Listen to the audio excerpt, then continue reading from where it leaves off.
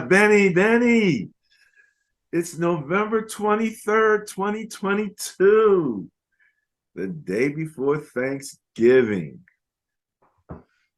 3 games tomorrow. Crazy matchups. The bias plus report was 86% this week. You blew me out of the water before change. Horrible week for me. But it's going to be the finish of 2/3 of the season. Tomorrow completes 2/3 of the season this weekend as it comes up. Oh, by the way, my name is Barry Sterling Mitchell. This is Ben and Barry on Football. I'm your co-host. I'm Ben Dickerson. I went 7-7 last week, which is by far my worst week in the last 3-4 years, probably. But good news to fantasy players. Nobody's on the bye this week, probably because of the holiday, so they had an opportunity to get everybody in. So no bye weeks this week. Bye weeks will continue again next week. So everybody's playing. And we will have a Bias Plus report on the matchup for all 16 games. Yes, we will. But first, let's check the numbers, man. You ready? Yep.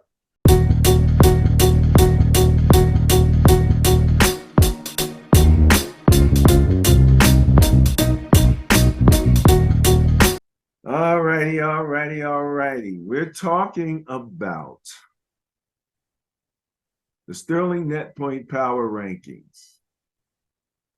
How do we rank things, Benny? Average net points, A&P, average points for, APF, average points against, APA. And our friend Todd, he's a bit average though, ATOD, average turnover differential.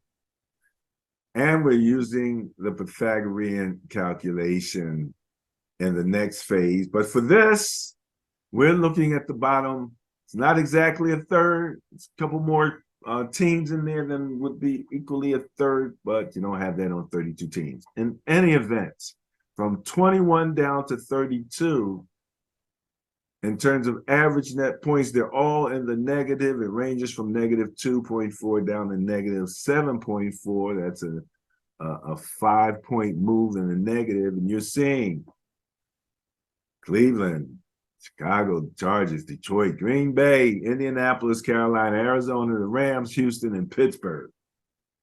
So that's it right there from 21 to 32, all in the negative, from negative 2.4 to negative 7.4, which is where Pittsburgh is. Ben, will this be the coach for Pittsburgh? Will this be his first losing season? It will be if they don't win another game. What's their record? I'll have to check their record, but okay, net point wise, they're in 32nd place. But yeah, it's not looking good. I will say that. Although for him to have been a head coach in this league for this long and to never have a losing record, I mean, you got to give him kudos for that. Let's face it. So if he has one this season, what the hell? You got to give the guy, what are you going to say? Oh, you had your first losing season. You're out of here. They don't do things like that in Pittsburgh. You know what I mean? He's the man. He'll be there. Yeah, the stability of some franchises versus the instability of others is very interesting. Points forward, the scoring people, the Giants, New York Giants are in 21st place at top of this group, drops down to Denver in very last place at 14.7. So we're from 20.5 down to 14.7 points per game that the Giants, Jets, Washington, Tennessee, Carolina, Green Bay, Tampa Bay, Pittsburgh, the Rams, Houston, Indianapolis, and Denver. That's the neighborhood. That's the realm. Those that can get the 20 points and can't even get the 20, can't get the 15, and Denver's situation, I still find that just a phenomenon. I heard Russ at the podium. I have no clue what the hell he said. This he's a mess. What the I hell? don't know. I don't know what he said, man. I'm telling you. I was having a discussion with somebody about that, and it got kind of long, so we can talk about it later. But there seems to be an issue between Russell Wilson and what he does best, as opposed to that head coach and the system that he's trying to install. Well, okay, but It may sound simple, but I think it is quite probably that simple. You understand, these guys have lost like 7 one-score games. well, let's talk about them a little later. Okay, I got you. Kansas City, Benny. There's your defense in 21st place, giving up 23.3 points per game. Right behind them is Miami. Now I was a little surprised Miami was 22nd, giving up 24 points a game. Seattle, what we know about Seattle was kind of like Detroit, they're hot offense, but their defense was giving up a lot of points. The Raiders, we know. New Orleans, the boogie guy, we don't know what's going on with them. Pittsburgh, Atlanta, Chicago, the Chargers, they start the 25 points, 25.8 points per game is what the Chargers are allowing. Down to Cleveland, Arizona, and in last place, Detroit, giving up 28.2 points per game. I find that incongruous with the persona of the coach that Detroit would have a last place defense. He's just too much smoke and brimstone and all of that. And your defense is in last place? Sheesh. Yeah, well, they were giving up 34 points a game. Now they're giving up 28.2. That's progress. They tightened it up down there. Anywho, turnover differential, like net points, can both be positive and negative. This is an all negative group from 21st to 32nd place. And you're looking at Atlanta, Las Vegas, my Niners at minus 0.1. Trying to get that head right above water so we can be in a positive realm, catch our breath, and keep rocking. Miami is tied with Houston at 0.2 negative. Kansas City, 26th place, but it's only 0.3, so it's not big. These are less than a fraction of 1 point. But, based on this, that could be worth points. Sometimes it's a fraction of a point that'll win that game for you. The last 3 places are the Rams, Indianapolis, and New Orleans, and very last place at minus 1.1 average turnover differential. So they're losing 1 turnover on average. Anything you want to say about this conspicuous group here? Well, I'll just go to our main category, which is A&P, average net points. And as I look through this list from number 21 to 32, I only see one team that I believe still has an opportunity to make the playoffs. Only one. And I'm only talking about an opportunity. Okay, you're looking at average net points, right? That is correct. That group, and you see out of that group, only one that could make the playoffs. That is correct. Were you trying to guess who it is? Yeah, yes, I am. In a way, I kind of am. I'm thinking Cleveland. Are you kidding me? No way. No? No. It's the Chargers. Huh? The Chargers. Chargers? That's because that AFC West we thought was going to be the best is actually a mess. That would have a little something to do with it. Surely not Cleveland. You know Cleveland's 3-7. We was crowning the AFC West. Man, look at this. Look at this supercharged stuff. These guys are gonna what? Anywho, is that it for these guys, Benny? That's it. Let's move along here. All right, now we're looking at 11 through 20, Benny. The top portion is all in the positive realm in terms of net points. Then we have a small group at the bottom. 16 through 20. You have Minnesota, Washington, Atlanta, New Orleans, and Vegas Raiders. Minnesota is that group that has won with a positive win-loss record and a negative net point record. They live in that Kirk Cousins realm. It's amazing. Jacksonville hanging in there at 11th at a plus 1.1, tied with Miami at plus 1.1. Yeah, the Miami issue, man. My Niners East. Tennessee at 0.8, Tampa Bay 0.3. The Giants, and what's that, Ben? 15th, 0.1. Okay, even after that loss, you're still maintaining your nose above water there. You're in the positive realm, net points. Over in points for, Benny, in 11th place, my Niners pushing up the points for. They pushed it up a little bit in that last game, coming in at 23.6. They're still a little on the weak side, but that's 11th place. Atlanta, 23.5. Minnesota, again, 13th at 22.9.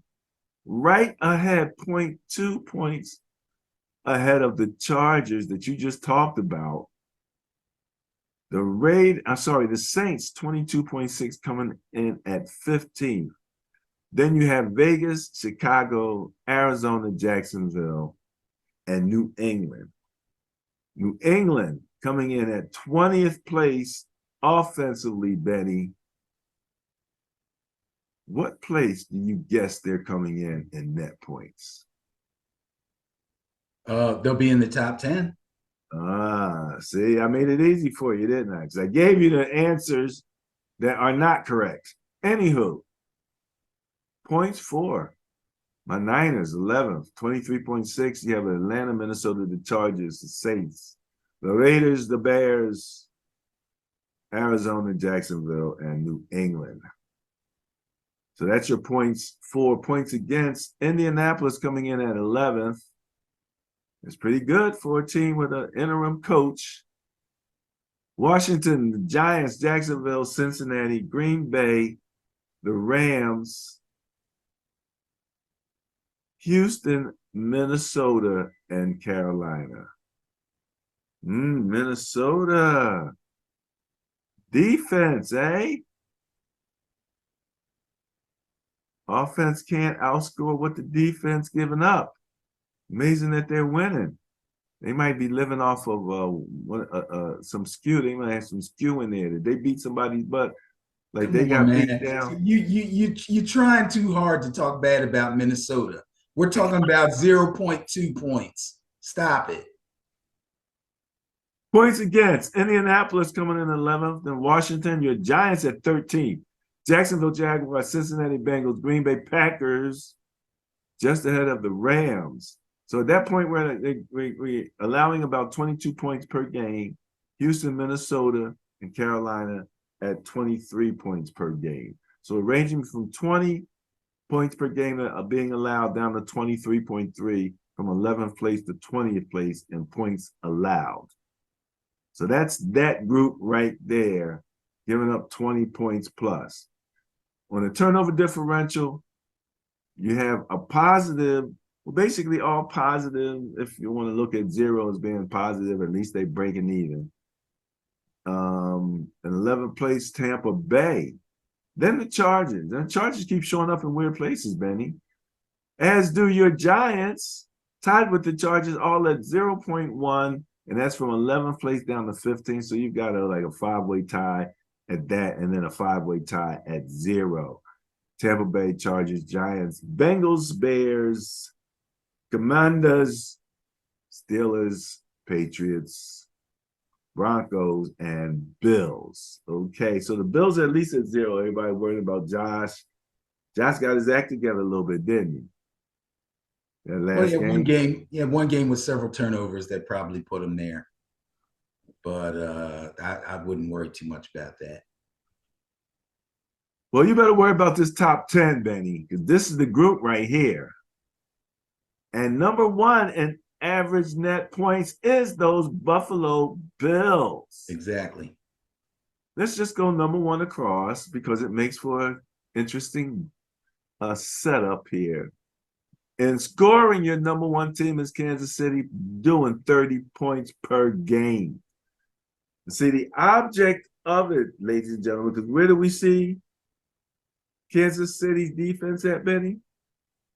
Down in the bottom third. Okay. But they're 4th in net points at a positive 6.7.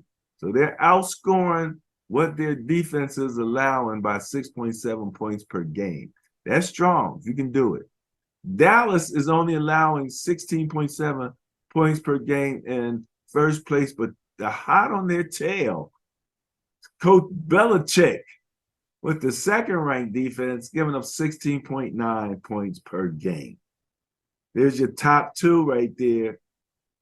Now we'll get down to the third, but I want to start seeing Russell Wilson crying pictures like they have my man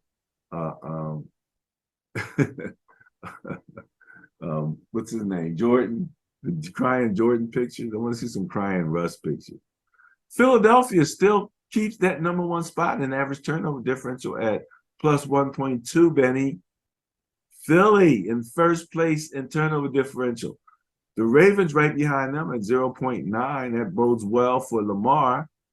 Dallas and Minnesota tied at 0.7. I think that's strange bedfellows there.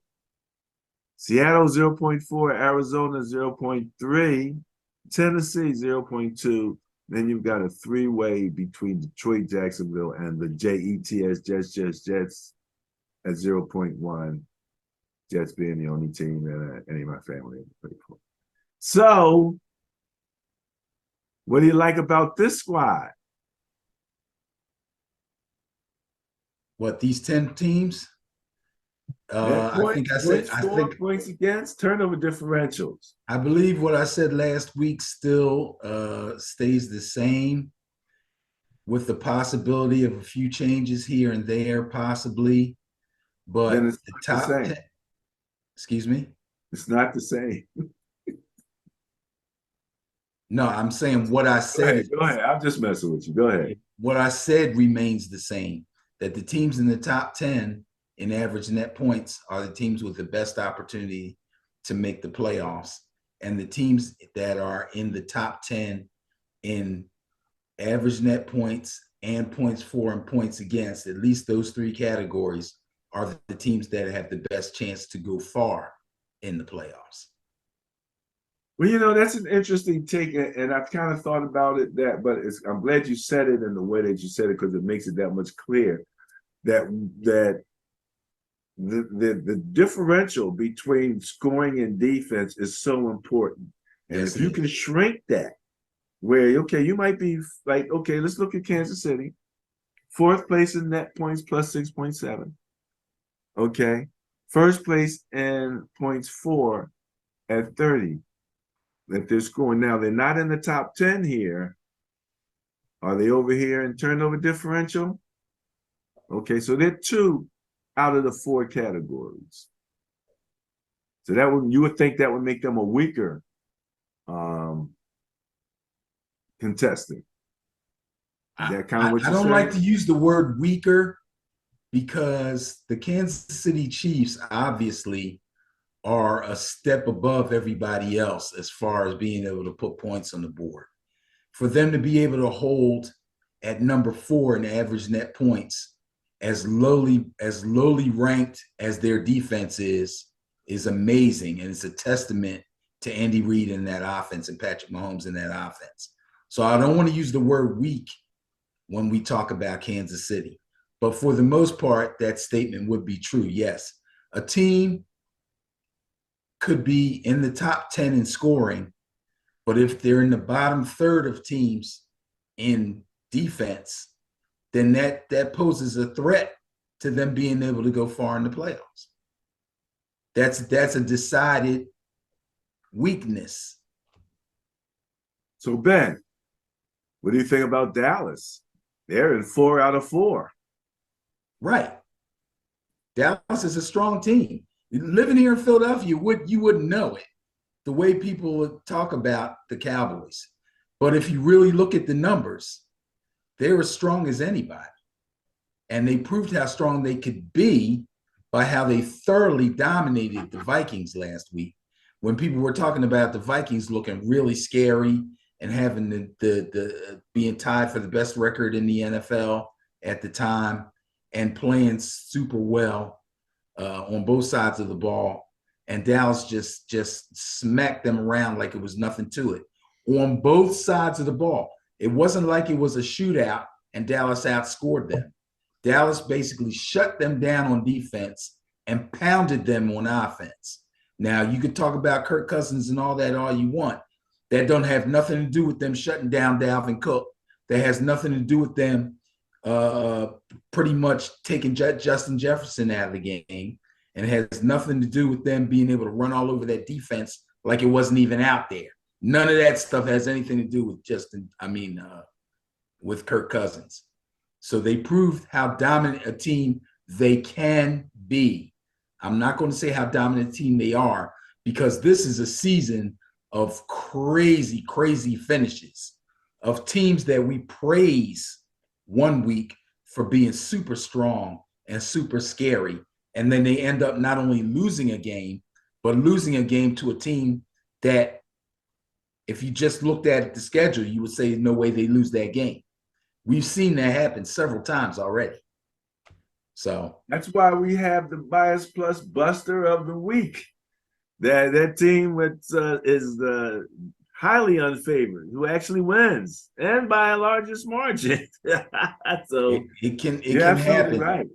It can happen. Benny, Philadelphia had owned second place behind Buffalo in net points until this week.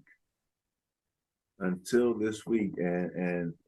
I hear people.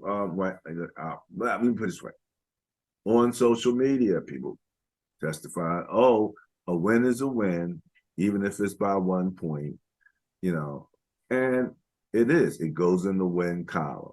You give that. But when you look at the game and you say, why did it come down to that? You know what I mean? Again, you're playing a coach. You're playing a team with an interim coach that's supposed to be whatever, and you're supposed to be a superior team. You've been, dominating to some degree. So, but we knew that the Colts had assets. I think the assets are being deployed a little bit better. But it was a 1 point win, whereas Dallas went in, like you said, and had a lopsided big net point victory. So Philadelphia then drops from second place down to third place, just ahead of Kansas City. And then the Niners have moved up. They were a little bit lower too. They're at plus 6.3. But that group that you're talking about, Cincinnati, I see Cincinnati into 6 net points and third in scoring at 26.5 points per game. Just ahead of Philadelphia, that's just at 26.5, Philly 26.3. So, there you got that. But I'm looking here. I don't see Cincinnati in the defensive group. Nope. And I don't see them in the turnover group. Nope. Baltimore, I see them in the top 10 in scoring. I don't see them. Oh, I see them on defense. They squeaked in at 10, giving up 19.9 points per game. They're in all 3 categories. They're in all 4 categories. All 4 categories, second right. And just looking at Baltimore, you would think, hey, I don't know. Baltimore seems to be struggling. And they've had some tough games. They haven't been dominant on offense, and they haven't really been dominant on defense either. They've had their moments, They've had to deal with some injuries, especially to their running backs and their secondary, but they're chugging along. That makes them dangerous. It makes them dangerous. It does. It does. Now, Seattle is coming in ninth. Well, let's just look at the Patriots. They're eighth, plus 4.4 points per game. Again, defense, New England, second place. So and these defensive powerhouses, Dallas, the Patriots, Denver, the Niners, Buffalo rounds out the top five between 16.7 and up to 17 points per game. Buffalo kicks in at 18 points per game, which takes you down. Philly, Tennessee, the Jets, and Baltimore. That rounds out your top 10 in average points against. That's your points allowed, rather. Turnover differential, like we said, Philly's in first place, Baltimore second. Dallas tied with Minnesota. I think that was the thing. Everybody thought that. I think all the Vegas only favored Dallas. And again, Ben, this was my intriguing game of the week. Because it was so much that was saying Dallas shouldn't have been favored in that game, but they were. And Vegas, how often do they do the 1 point favor? I see the 3 point every once in a while and the 5 point. But when they go 1 point, and I think it was like a 1 point bias plus also, which is kind of why it wound up being the intriguing game of the week. So there, Dallas and Minnesota, Seattle, Arizona, Tennessee, Detroit, Jacksonville, and the Jets. So we're gonna have some fun, Benny, if we get to hang out a little bit after we finish the bias plus reports, and we go into our social media and just share some current events. Lots of stuff popping off, man. People getting let go and picked up, and And let me tell you something that's very interesting. Just for giggles, I was looking at Ndamukong Suh's contract with the Eagles, and looking at the spread between what top inside defensive linemen are making right now.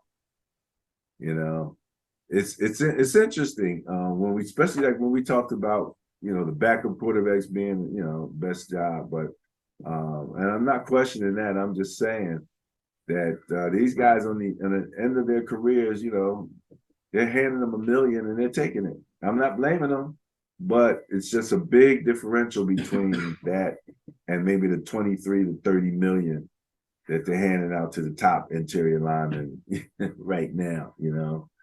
So those are multi-year contracts. Once guys get old, once they become stopgaps or mercenaries, basically, then it's a 1 year deal. They're not going to get anything extra. When I compare, generally I look at the average per year, the 1 year average. And for the guys who only have 1 year, that's an easy average. And that's usually what I'm comparing it against, as opposed to the total of the contract. But long story short, it's a big gap. And it's just interesting to see guys sign up, take that mill, maybe come in. How many games you gonna wind up playing? Like half the season, right? You might play 9, 10 games.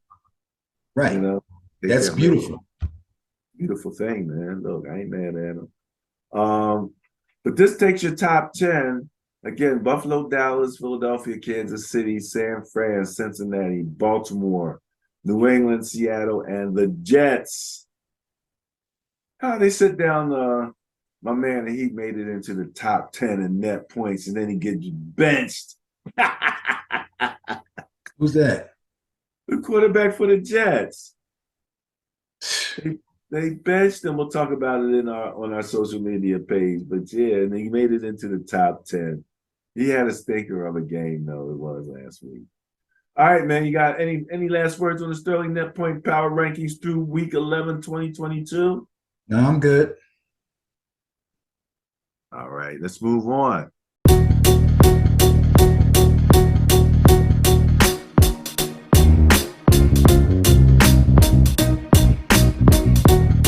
right, Benny. So let's get ready to rumble with the Bias Plus reports.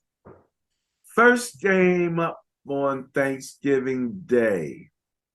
Bills at Lions. Now, remember when we were talking about those teams that are in the top 10 in multiple categories? Yes. Bills are one of those teams, and the Lions are not. So, but we know what the Lions can do. They can put points on the board. That's what we know what they can do. We don't know if their defense is going to show up or not. And the Bills are still looking like, one of a top contender in the heavyweight category. So bias plus score of 13.5 favors the Bills. 13.5, that's pretty sizable bias. That's as nice it probably bias. Should be. Over the course of the season so far, and especially over the previous 3 games, Buffalo has failed to run the ball with any real consistency, and Josh Allen threw several interceptions. That's over the previous 3 games, previous to last week's game. Against the Browns, Allen threw the ball 27 times. He only ran it 3 times. He didn't commit any turnovers, and he got 29 carries and 172 yards from running backs Devin Singletary and James Cook. So all the things that seem to be deficiencies for the Bills or possibly question marks seem to have been fixed, or at least were fixed in the game against the Cleveland Browns. That bodes well for the Bills and not well for their opponents coming up. Detroit Lions. Did they outrush the Browns? Yes, they did. Wow. Okay. Yes, they did. The Detroit Lions went on the road and they won their 3rd game in a row against my New York Giants, and they did it the old-fashioned way. They scored 4 touchdowns on the ground, none through the air. None through the air. Jared Goff did not throw a touchdown pass, but they scored 4 touchdowns on the ground. They committed no turnovers, and they played scrappy, opportunistic defense. Basically, they said, Daniel Jones, you will have to beat us. Saquon will not. They stopped the Giants' run game, shut them down, and ran all over them for 4 scores. So it was a nice job by the Lions. However, they will be hosting the Bills on Thanksgiving Day. The Bills, I guess the Bills went home after they had to play the snow game in Detroit. Now they go back to Detroit. So I guess everybody still have their same lockers and stuff. But anyway, yeah, the Bills will beat Did they ever go back to Buffalo? I'm not sure. To tell you the truth, can they get in there? No, but I believe that they did. I could be wrong, but I believe that they did. I didn't hear definitively that they were going to stay in Detroit. That doesn't mean it didn't happen. I just didn't hear.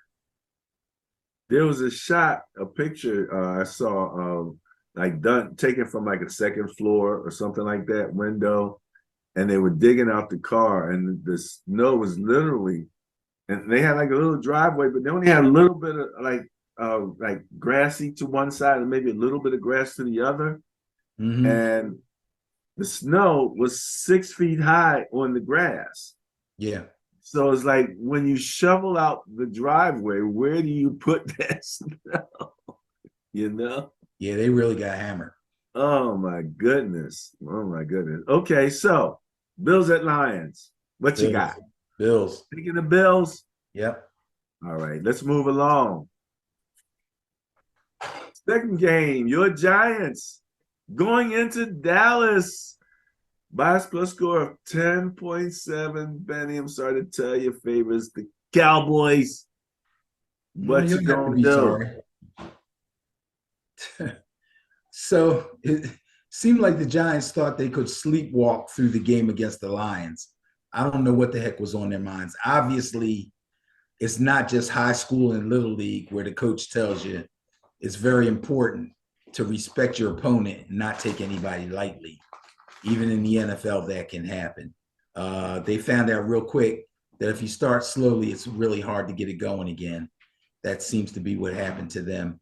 It certainly doesn't help when you turn the ball over and you lose 6 guys to injury on top of that, which is the really biggest thing for the Giants. 6 players actually went down in that one game.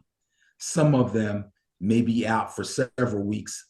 A couple might be out for the season. So that's going to hurt the Giants tremendously.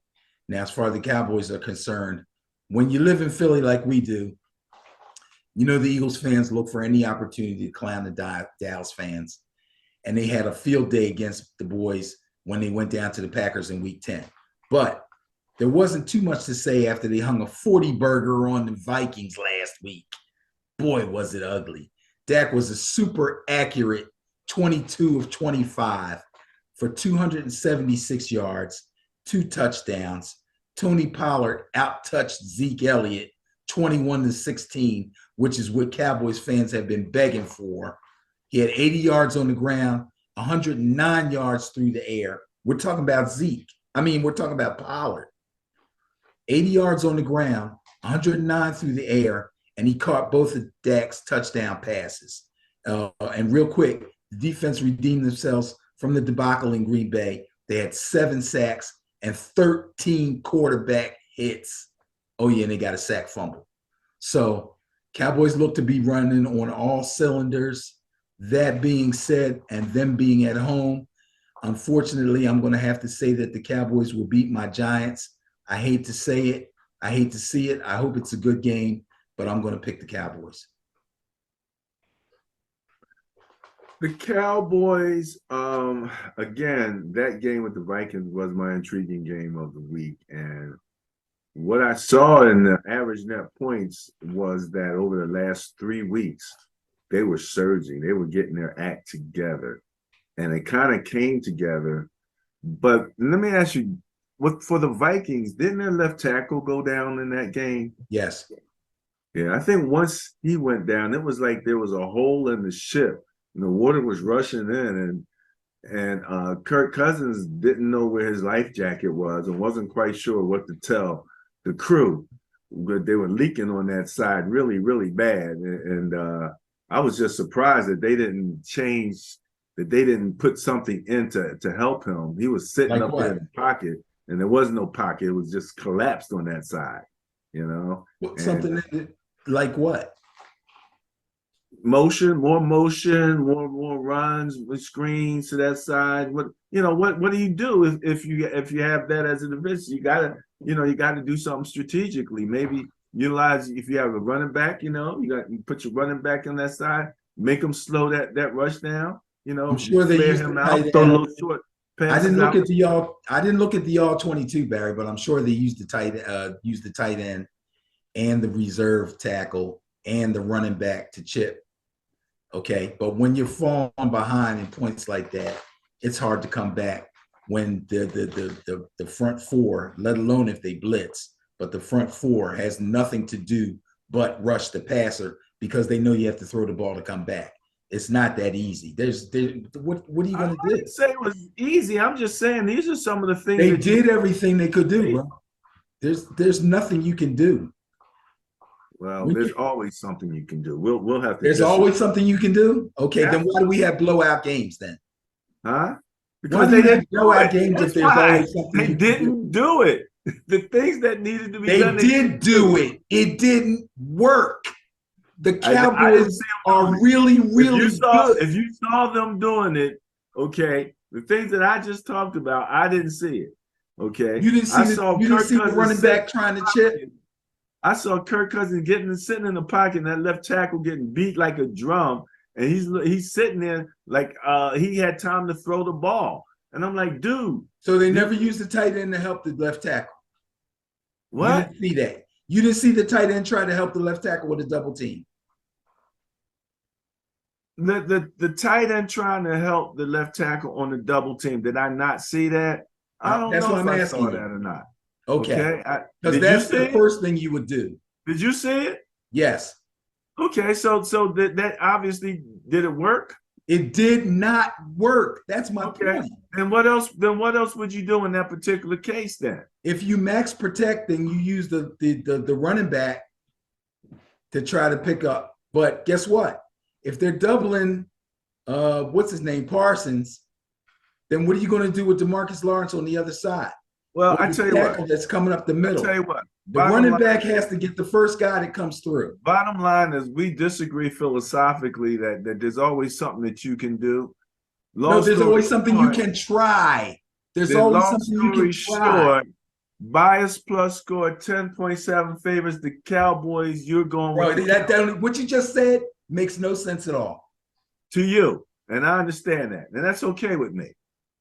Next up, Patriots at Vikings. Bias plus score 1.8 favors the Patriots. It's that net point thing that goes on here. You got the Patriots. What's the Patriots record? 6-6. Vikings are 8-2. They're 6-4. 6-4. Excuse me. Yeah, 6-4. 8-2 for the Vikings. Correct. Correct. Interesting records. The Patriots, however, net point wise, are favored. That's what I was saying about the Vikings being strange. Their record says one thing, then net points doesn't seem congruent to their record. So there you go. Who you got? Well, the Patriots had a really big division win. When you consider how well the Jets have been playing lately, they were able to beat the Jets in a very tight game. Not a shocker at all if you remember that they've beaten the Jets the last 14 times that they played them. So they've been exuding their dominance over them for some years now. But the Jets were playing pretty well, and this looked like it was going to be a good game. In fact, it was a defensive struggle. Well, then again, maybe it wasn't a defensive struggle. Maybe just both offenses are kind of challenged. But it was not much of a game to watch. But Mac Jones did outplay Zach Wilson, and New England won the time of possession and the field position battles, which eventually got them the win. They won on a special teams play, a walk-off punt return. But if you get the other team to punt and punt and punt and punt, pretty soon something's going to happen. And that's exactly what happened for the Patriots. So that was a really good win for them, especially when the Jets were looking like they were really finding themselves. Defense still looked good, but Patriots defense is pretty good too, as you remember from looking at the net point power rankings. So the Minnesota Vikings got pounded on their home field by Dallas last week. And all people could talk about was Kirk Cousins. We got jokes about the fact that he can't win primetime games, and evidently he can only win on Sunday at 1 o'clock games. But the Vikings lost this game in the trenches, unable to sustain a running game, and even worse, a better than average defense got smacked around all day, recording no sacks, no turnovers, literally only touching Dak one time. They had one quarterback hit on Dak, no sacks. That's dominance. That's dominance in the trenches. They gave up 4 touchdowns on 4 drives. They gave up 4 touchdowns on 4 drives, and they had 4 more drives that ended in field goals. That's how they got blown out, okay? If your line is getting dominated, if their guys are better than your guys, it's over, okay? It's not about the X's and O's. It's about the Jimmies and Joes. If the Jimmies are better than the Joes, there's nothing you can do. It's the little college versus the big college, eh? Isn't that what you told me? In the little college, that's the main place where they're always overmatched, is right there in the trenches. Absolutely. All right, I'm gonna let you get your little thing off there, but you can bring the coordinators in to help them block. It's not going to help. That being said, however, being said, the Vikings are at home. This is an opportunity for them to bounce back against a quarterback that's struggling in Mac Jones and an offense that's pretty remedial, okay? But they still have to deal with the Patriots defense. I think this is going to be a real tough game for the Vikings, but I believe that they will win this game. Okay, all right. So you're going against the bias. It's a small bias, 1.8 favors the Patriots. But I think, it's interesting. If you were looking at the last 3 weeks for average net points, Patriots are in third place at plus 11.7. So I don't even see where the heck the Minnesota Vikings are here. But it's next to last place, 31st place over the last 3 weeks at minus 10.3. But we know this is average points against. No, this is net points for the last 3 weeks. And Vikings are where?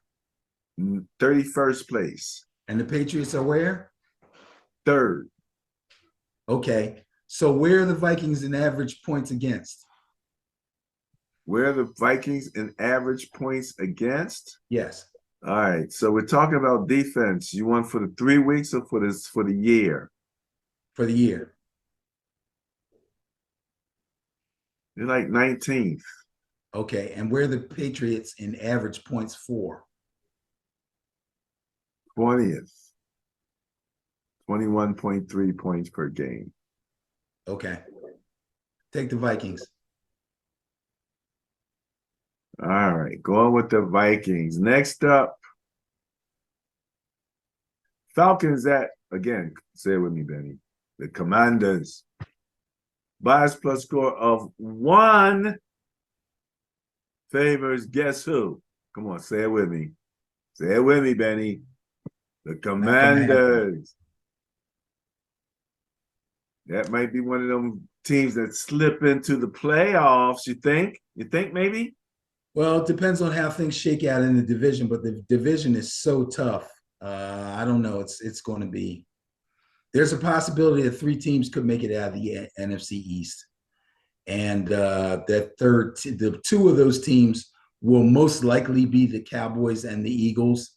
That third team will either be the Giants or the Commanders, if in fact it happens. That remains to be seen, but they're playing well lately. So it's, too soon to tell right now. Marcus Mariota ran for a touchdown and threw for 1, and Cordarrelle Patterson scored and set the NFL record for kickoff returns, matching the Bears' score for score throughout the game until Young Wei Koo kicked a 53-yard field goal for the win. This was a back-and-forth affair. It actually ended up being a real good game to watch. Both teams ran the ball really well, didn't throw the ball very well, and it came down to a field goal at the end to win it for the Falcons. Now, the Commanders have won 5 of their last 6 games. They're on a big-time roll. After going on the road and taking out a bad Houston Texans team, that gave them that 5th out of the last 6 games. They got a pick 6 from cornerback Kendall Fuller, a touchdown on the ground from wide receiver Curtis Samuel. I think that was on one of those fly sweeps or whatever you like to call them. And 3 field goals by Joey Slye. That was all their scoring. And even though Taylor Heineke didn't score at all, didn't throw any touchdown passes or run for any, he proved himself to be the clear leader of this offense and has been named the starter going forward over Carson Wentz, who's probably supposedly back from his injury. But Taylor Heineke will continue to be the starting quarterback for the Washington Commanders. The Commanders are home. They're on a big-time roll. Heineke's been named the starter. I'm sure he feels good about that. I'm going to take the Commanders to beat the Falcons. Okay. You're going to go with the bias in this particular case. Cordarrelle Patterson. It was the funny thing about that run to me, Benny, was when he split the last 2 guys. Like, he didn't try to run around. Like, they were right there, and he ran right in between. It was like, yeah. When you see somebody that can do that, Because I mean, oh, they were a yard or two away from just closing that thing off on him. But once he Right. spun him, that was it. You know, I think they grabbed his leg and made him trip as he fell into the end zone. But that was an interesting to see that much speed. And how long has he been around now? Quite a while because he played most of his career with the Bears. You see what I'm saying? I'm like, wow, you know, to have that level of speed still at this particular point. Um, Interesting situation with Carson Wentz. You know, as you say, Taylor Heineke, it looks like the starter. Carson Wentz is has a what $63 million contract plus 81 million total cap number here with the Washington Commanders. So he'll be sitting on the sideline, you know, making somewhere between 20 and 30 million per year watching Heineke. And so that would make him the backup quarterback. And he would then he would become the guy with the best job for the best job in the NFL. Well, if you remember, quarterback. if you remember some weeks ago in a post-game conference, and I have to paraphrase because I don't remember the exact wording, but somebody asked Ron Rivera, what's the difference between the teams that win and the teams that lose? And he said the quarterback. And then he had to spend the week trying to apologize for that so as not to hurt Carson Wentz's feelings. And then in this past weekend's post-game conference, he said, why did you decide to go with Taylor Heineke over Carson Wentz, who was your starter and who is now ready to come back from injury? And he said, winning. Another one-word answer that he won't have to apologize. Thank you very much. Oh my God. Well, was it Wentz, Trubisky? These are the guys that got that second chance. We'll see how it goes, but yeah, he's got a nice. This is his third chance. Yeah, well, I mean, but they gave him a nice fat contract, so they were really acting like they knew what they were doing. In any event, you're going with the Commanders by a split score of 1. Let's move on here, Benny, to the Bears and the Jets. Again, they they benched their quarterback. By a split score of 4.3 favors the Jets, though, Benny, over the Bears, and Justin Fields is injured. Justin Fields gave us another very, very impressive performance last week. It ended in a loss against Atlanta, but he looked really good. He threw the ball 21 times. He completed 14 of those passes for 153 yards, and he did throw a touchdown pass. He ran the ball 18 times for 85 yards, and he scored another touchdown. Again, like I said, very impressive. However, one of those hits, he took a shot, and he's got a shoulder injury. And I haven't heard exactly how bad it is. I think he went for x-rays. He's probably getting an MRI sometime yesterday or today. So we'll have to wait and see what his status is going to be going into this game this weekend. Also, unfortunate for them in that game, he got sacked 4 times. He threw a pick, and he lost the game when Atlanta kicked a late field goal.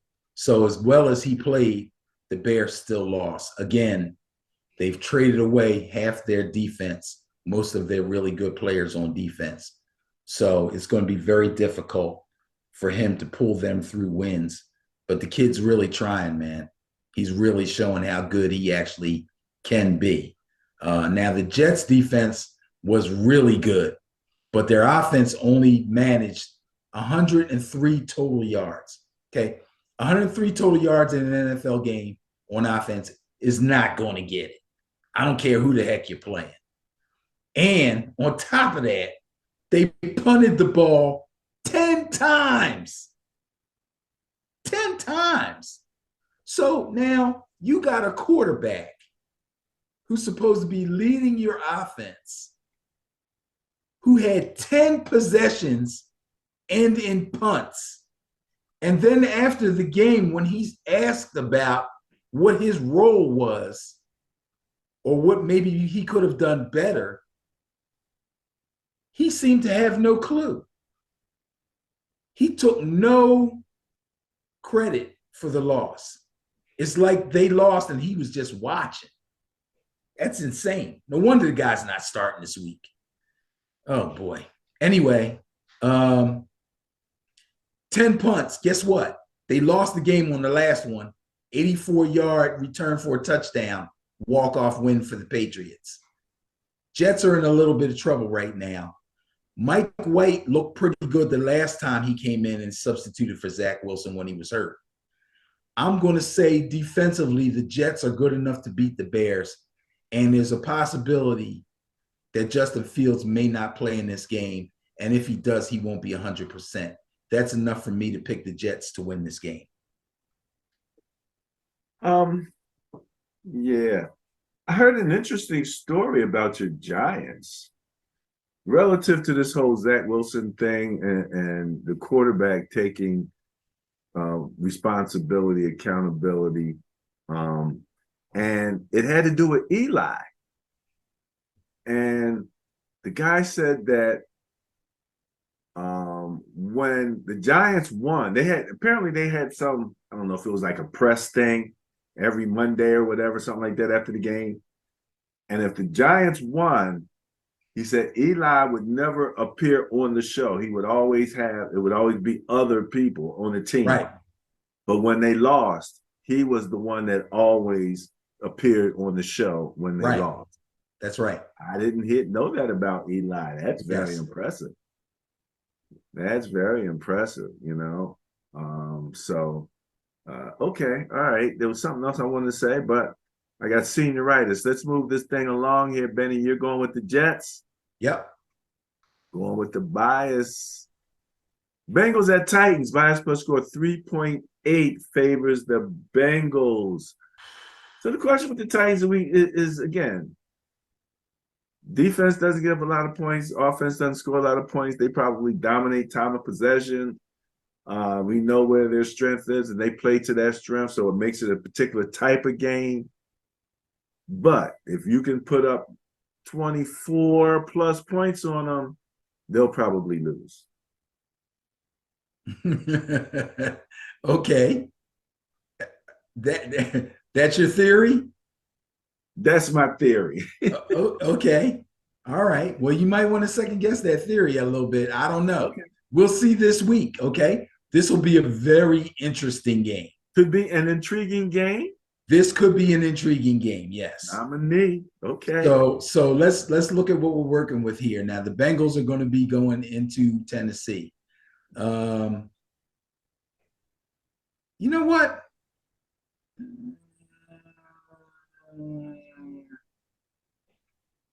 I had some information here that kind of threw me off. I think I was looking at something incorrectly. But the Bengals played Pittsburgh last week, right? Yeah. Okay, so we always talk about how divisional matchups are always challenging, regardless of records. And turns out the Bengals ended up having their hands full with Pittsburgh last week. Pittsburgh has not been playing well. Pittsburgh only has 3 wins on the season. But for some reason, they really gave the Bengals hell. Now, already without Jamar Chase, and then they lost Joe Mixon to a concussion early in the game. The Bengals still had enough firepower to hold off the inspired Steelers, who really did play inspired. I think it's really getting on their nerves. I'm not getting on their nerves, but it's kind of upsetting to them that this could possibly be their coach's first losing season. They're trying their best not to let that happen. But they ran into Joe Burrow, who came out gunslinging.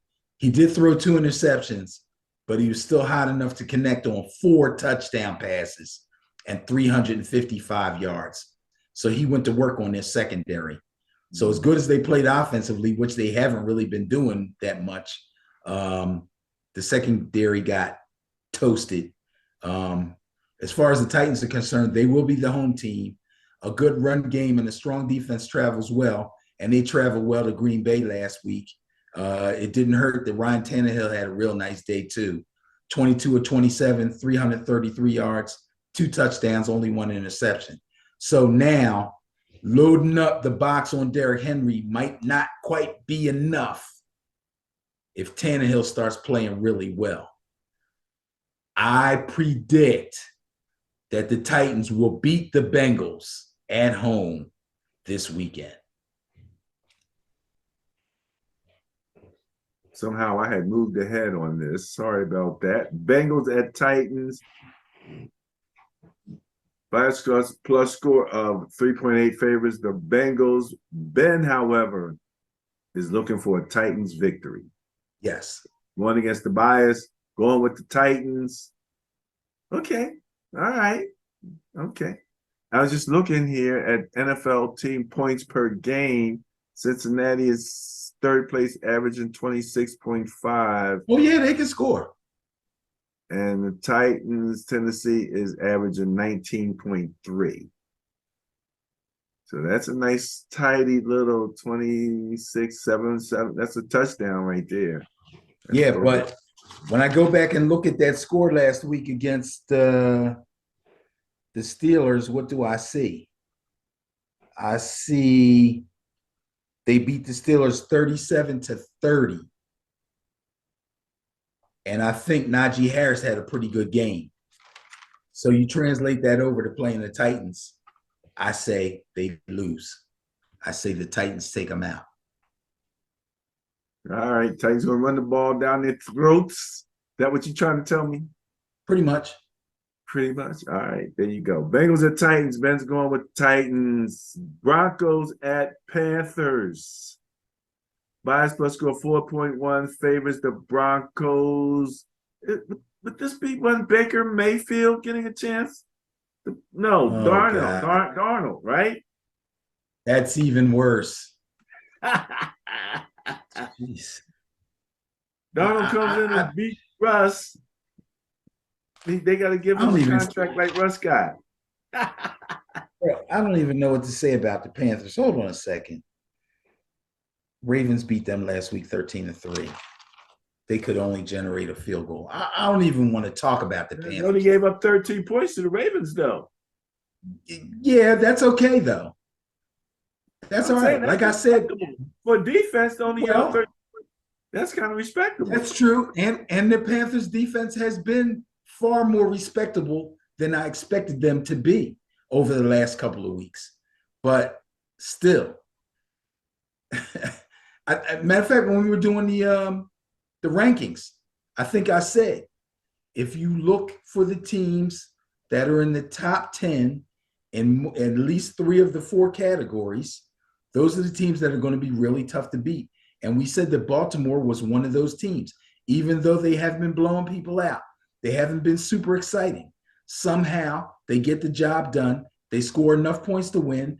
They don't give up a lot of points. They're in the top 10 in at least 3 of those categories, possibly all 4. That makes them a dangerous team. So, yes, the Panthers defense was, considering it was the Panthers, it was impressive that they did what they did, but they still lost. So now let's talk about the Broncos. They were 3-6 going into that game against the Vegas Raiders, who were 2-7. If ever the Broncos had a chance to break out of their funk offensively, this was the game. Instead, they lost the game 22-16 in overtime, and it was their 6th one-score loss.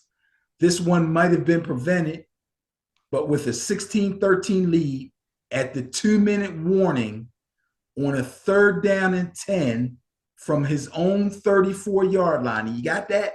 They're up 16-13. It's 2 minutes left in the game. It's 3rd and 10. So they got nothing on 1st down, nothing on 2nd down. 2 incompletions, if I remember correctly. It's 3rd and 10. They're on their own 34-yard line. Russell Wilson rolls out, can't find anybody open, and inexplicably, and the commentators, I remember, caught it right away.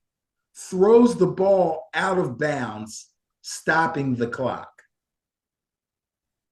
So then they go to fourth down, they punt, the Raiders get the ball back with 1:43 left to work with, instead of a minute or possibly less than a minute if he had just continued his rollout and took a slide and stayed in bounds. And we've been talking about his coach, right? His coach didn't have nothing to do with that. That's Russell. The Raiders drove down, got the tying field goal, and won the game in overtime.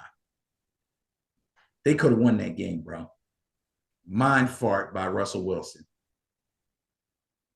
Mind fart by Russell Wilson. What do you call the fart of the defense that gave up that touchdown in overtime?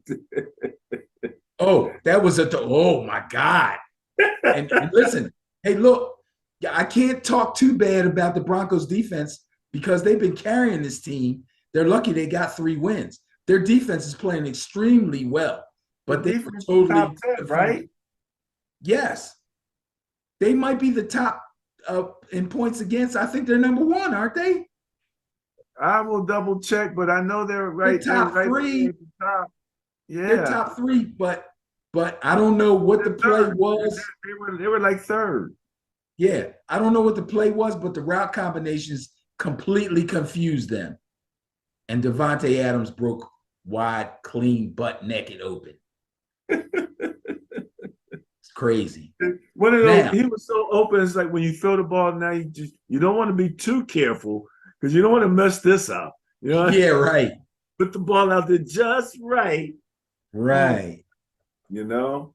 And however, you can't blame that part on Russ, but yeah, Russ, you know, and this is the kind of stuff we talk about when we talk about playing Madden and playing the game and, you know, thinking the game and the play in the split seconds of a play. You know, I know 12-year-olds that wouldn't have did what he did, you know, so it's very interesting when these guys don't think the game and understand. It's like war, you know, it's funny.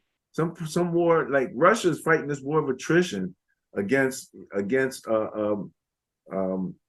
Ukraine, and it's like we can't beat you one way, so we're just going to bomb you and try to bomb you into submission. There's always a way, you know, that these guys are, you know, coming at you. Anywho, Broncos at Panthers, bias plus score 4.1 favors the Broncos. You're going with?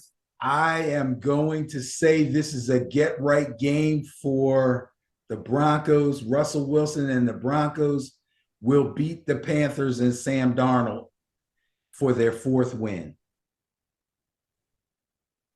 Sam Darnold. How many times do you think he's going to run in this game coming up? Is he going to come in as many times as he feels is necessary?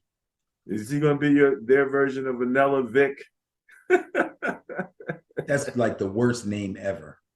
I know, it really is bad. It really is. Okay, going with the bias, going with the Broncos. Next up, we have Texans at Dolphins. Bias plus score 8.2 favors the Dolphins. Then thinking back at the Dolphins in their record, because their numbers still look a little on the weak side, even though they seem to be dominating lately. And you know well, did they have like a losing streak early on? I guess when Tua was hurt, right? Wait, when you say the Dolphins, what did you say was weak about them? Yes, their numbers look a little weak. Their numbers, as far as scoring, as far as average net points and all of that. When I look at the Dolphins, okay, let's see. We know they're going to be tough points per game. I know that's what it was. Defense is okay. Kinda, so they're 7-3. Miami is 22nd in defense, giving up 24.1 points per game. Right. So if there's a weakness, that's what it would be. They're right below Kansas City. Right. Who also has a weak defense. I've been calling them out. I've been calling them out for 2 years now. Okay.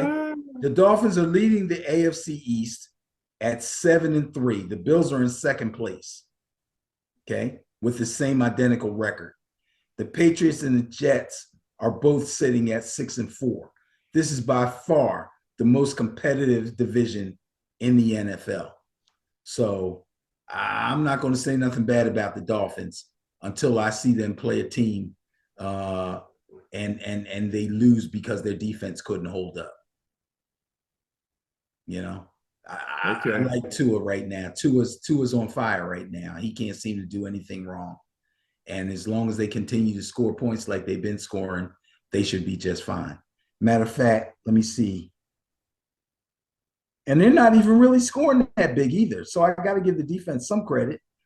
The Chiefs, with a lousy defense, have scored 300 points exactly. The Dolphins have scored 252 points exactly. Well, and again, Tua was hurt for a bit. So those numbers include Tua's time out. So they probably lost 2 of the 3 losses probably came when Tua was out. I would have to go back and check on that. But that being said, since he came back, I know they haven't lost. That I know. Well, let me say this much about them relative to the last 3 weeks, okay? Net point wise, last 3 weeks, your top 5: Dallas, San Fran, New England, Baltimore, and Miami. Dallas at plus 18, San Fran at plus 17, New England at plus 11.7, Baltimore at plus 9.7, tied with Miami at plus 9.7, rounds out the top 5 over the last 3 weeks. That's by win margin. And guess what? This will impress you. The Dolphins were in the bye last week. Okay. All right. Okay? So that's only 2 weeks worth of stats up and they're still up there. They're still up there. Yeah. Well, these are averages. So yeah. Right. But that tells they didn't hurt themselves on the bye week. That's for sure. Exactly. So they were on the roll before they got there. So their numbers held up. Yeah. They're the home team coming off the bye.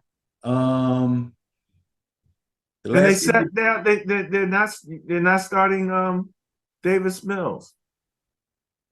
Wait, are you serious? I didn't hear that. Check your fantasy real quick. Ladies and gentlemen, we'll take a fantasy timeout. Ben's going to look at his phone real quick. No, I'm not. Okay, you're not going to. If that's what you heard, I'll take your word for it. I mean, the poor guy got sacked 5 times last week. He got sacked 5 times last week against Washington. He got intercepted twice. And rookie running back Damian Pierce, who was having a really stellar season, got completely shut down. I don't think the guy got 20 yards rushing. They got completely whooped by the Commanders. They have no chance to beat the Dolphins. No chance whatsoever. That's an easy one to pick. Take the Dolphins. Take the Dolphins on that one. I was trying to see if I could see something on here real quick, but it's very interesting when you go to the websites of these different teams, how different the websites are.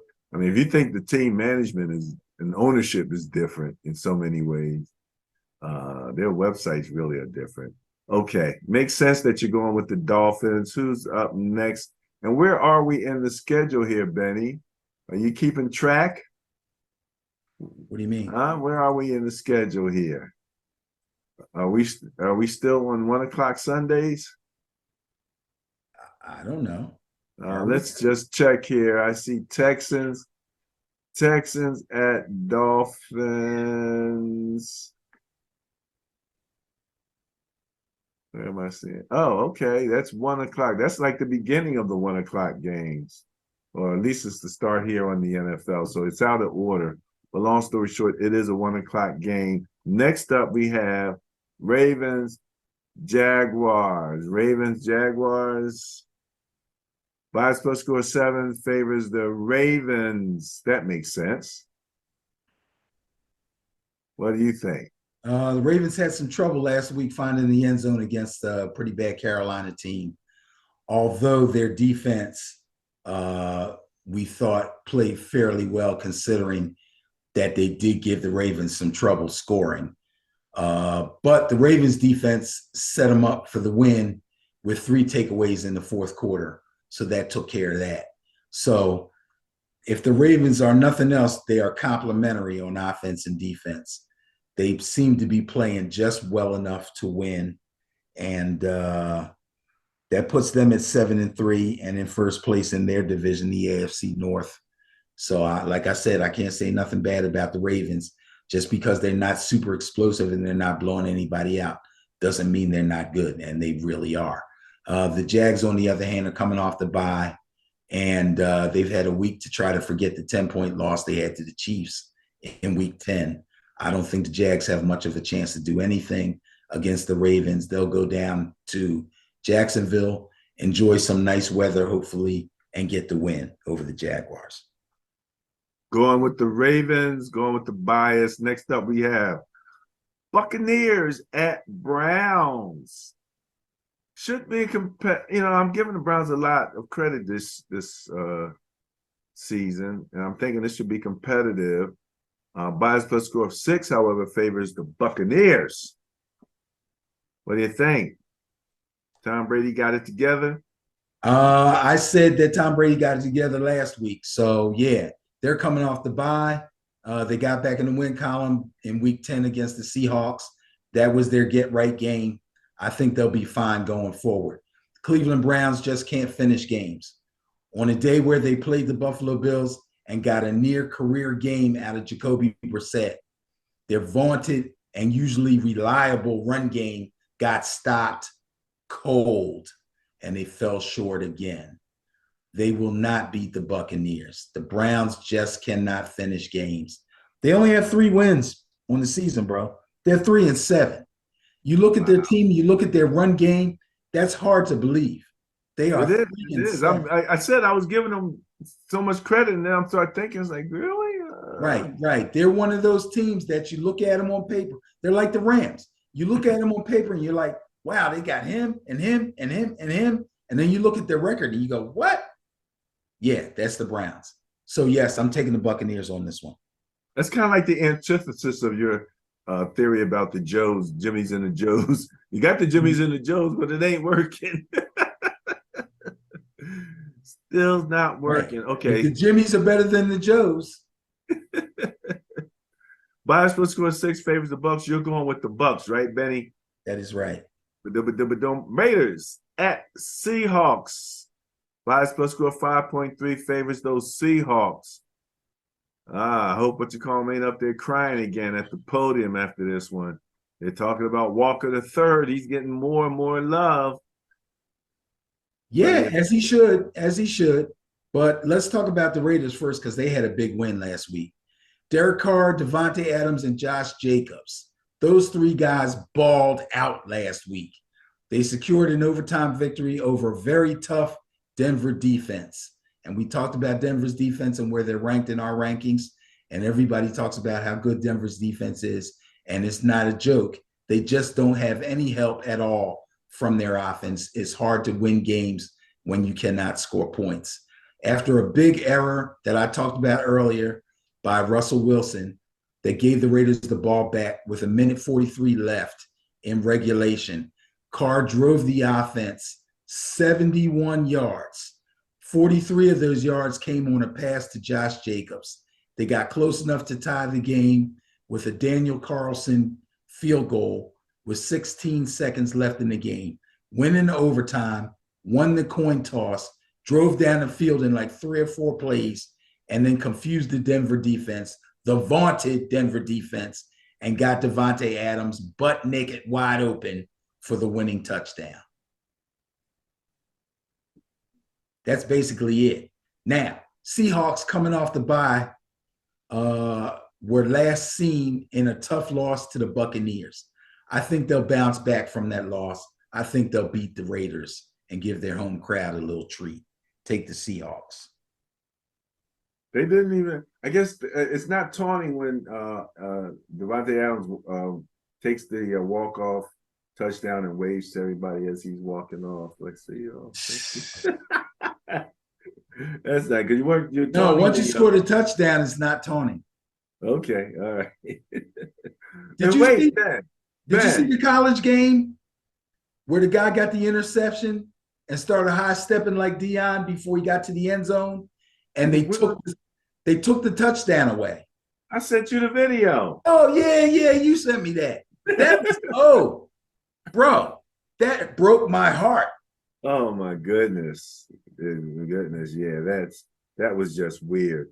But this game right here, Benny, remember I was playing in my Madden game and I said to you, we just overtime, I get the ball, I drive right down to the score, and the game makes me kick the ball off again. We're like, what the heck's going on there? Well, this was an actual walk-off home run where the team took the ball, went right down, scored, and that ended the game. Yes. So we saw it official that it ended the game, whereas somewhere in Madden, they have it programmed in an exhibition. I'm playing an exhibition game that it's like a playoff game, and they're going to make me kick off again in overtime after driving straight down and scoring a touchdown. So Yeah. there's a fault. There's a fault in the software and the algorithms for Madden, and I exposed it. Raiders are going to get exposed by the Seahawks by a split score 5.3 favors the Seahawks. Am I correct? Correct. Going with that.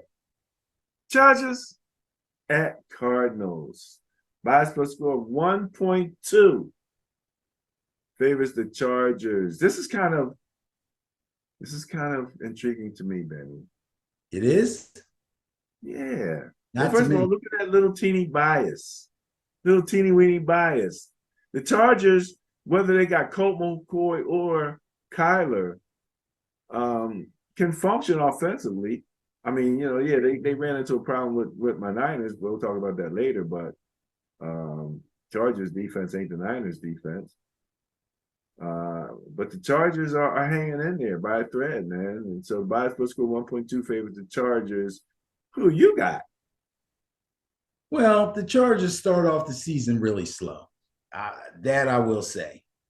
I don't know what the heck happened, but yeah, things haven't gone well for the Chargers early on. But they hosted division rival Kansas City last week, and they actually went toe to toe with the Chiefs for almost the entire game.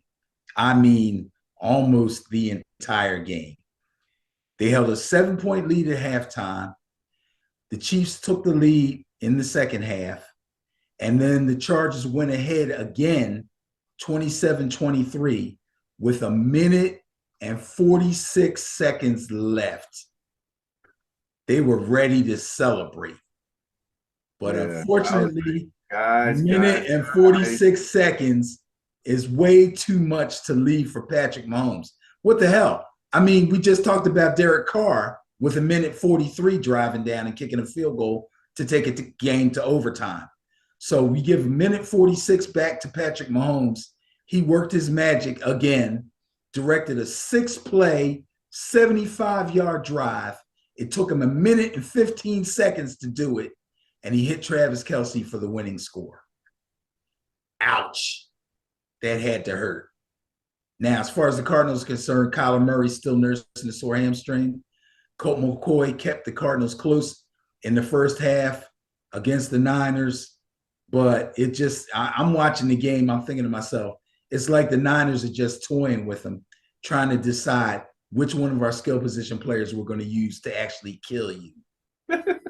That's the way it looked, really. It's like, let's give McCaffrey a little bit. Oh, not too much, not too much.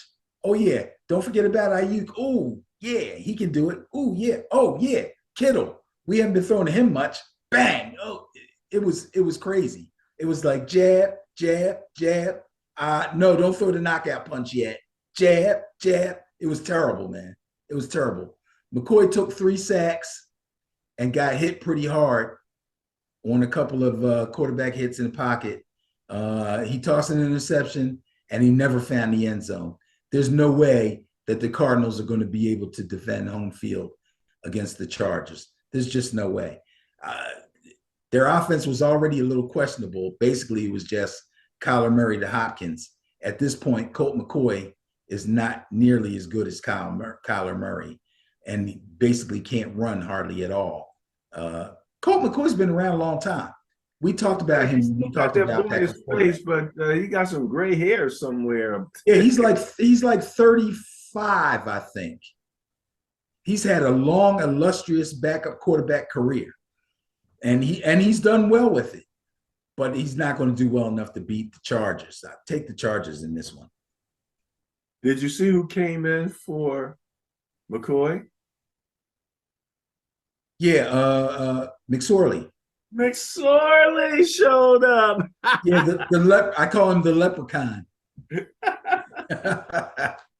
McSorley. And I did glimpse Corey Clement behind the coach at some particular point. I couldn't figure out him on the field. We didn't know what his number was, but I saw his face. He was standing behind the coach at one point. And so I did talk to his dad a little bit about that. Anywho, you're going with the Chargers. Going with the bias, going with the Chargers. Next up.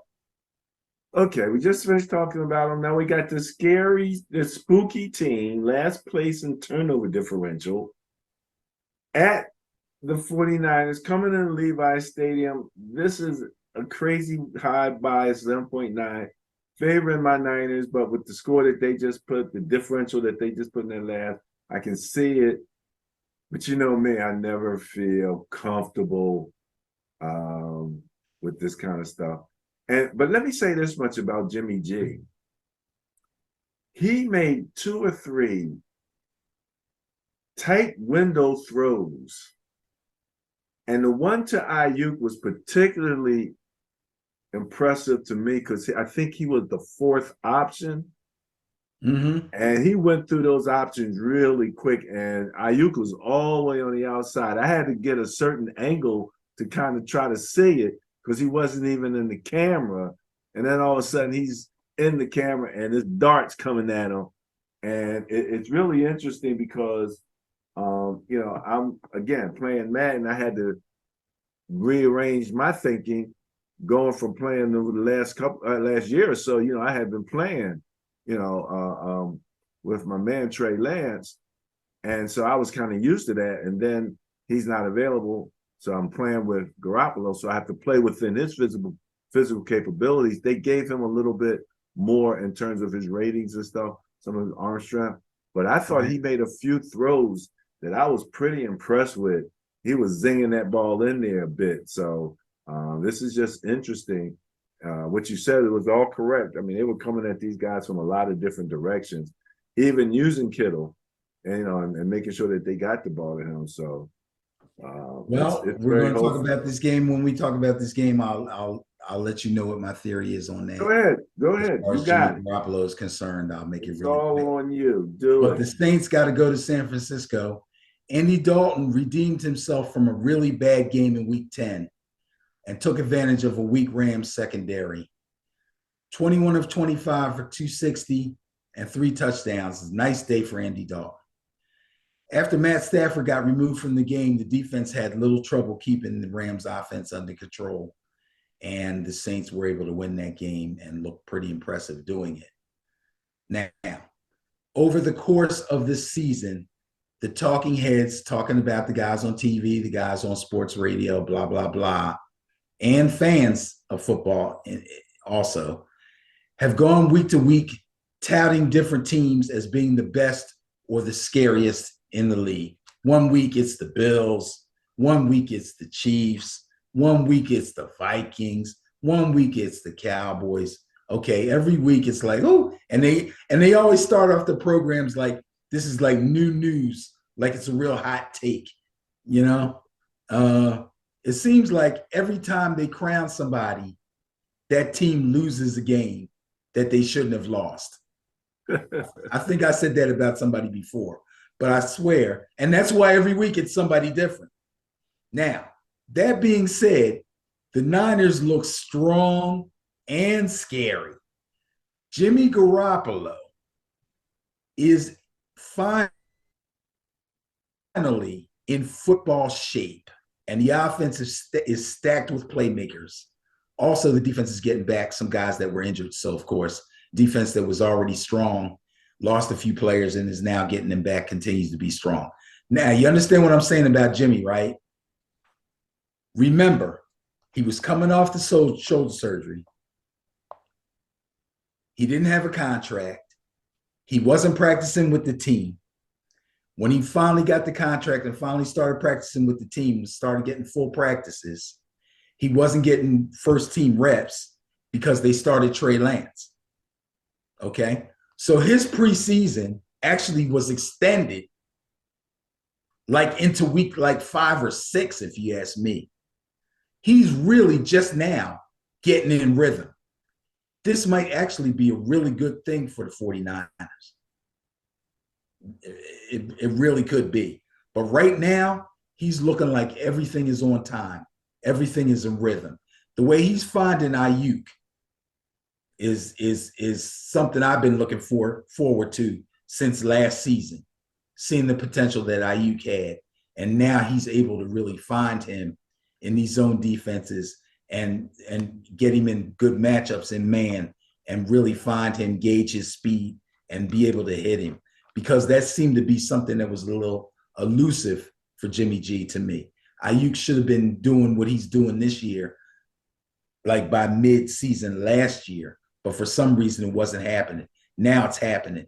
Plus, we're talking about Elijah Mitchell is still cool, fresh legs behind McCaffrey, who looks magnificent, and they're lining him up wide as well as in the backfield. And the guy's got receiver hands like crazy. This is insane. You guys are stacked. As long as you don't lose any major pieces on defense, this team is going to go far, very, very far. That being said, take the 49ers to beat the Saints with ease. It's kind of like having a second Debo with McCaffrey, isn't it? Exactly. You know, it really is. But to be quite honest with you, the other back, and again, Price, I believe is his name.